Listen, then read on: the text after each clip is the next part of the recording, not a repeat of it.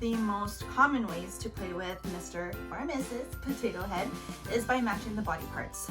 So right here you can see that we have the nose missing, so you can take your nose and ask them, where does it go?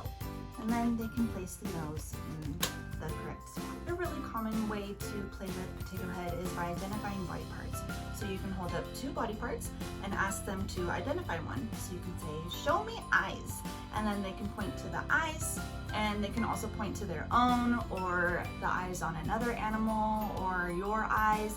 And then they can take the correct one and match. Ways to work on identifying body parts while giving them some movement is by having a scavenger hunt. So you can hide all of the pieces around the room or around the house, wherever you are, and ask them, find the ear, we need the ear. And then they can run around the house and find the ear. You guys can have a race, and once they find it, they can match it. Now, if you've never done a scavenger hunt, this would be a really good activity to show them what you mean. So you're going to take them around and you're gonna guide them to the first couple pieces so that they understand the point of the game and you know what's happening.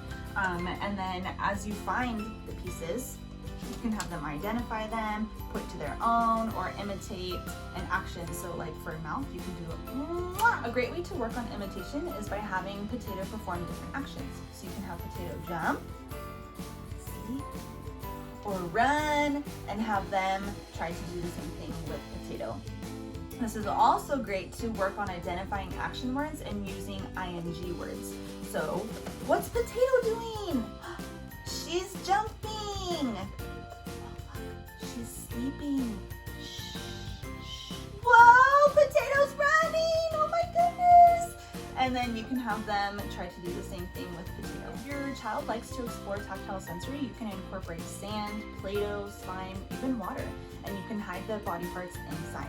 So, Potato's missing an arm! We have to find it! So then they have to dig through and find the missing pieces, and then they can match them. This is also really great if your child doesn't like to touch to sensory, because in order to find all of the pieces, they have to tolerate touching this.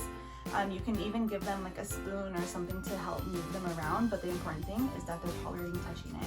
If you want to use water, then you can put all of the pieces inside the water, give them a scooper or a big spoon, and work on that fine motor to scoop out the pieces and then place them inside. An additional way to work on pretend play with your Potato Head is by feeding them. So you can take your sensory and a spoon, scoop, and feed. Yum! Oh, I think she's thirsty.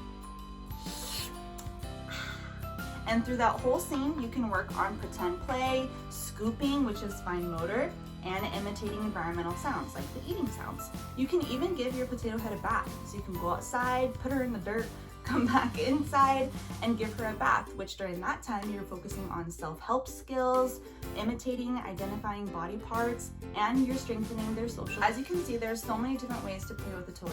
The main thing is to show your child that there's more than one way to play.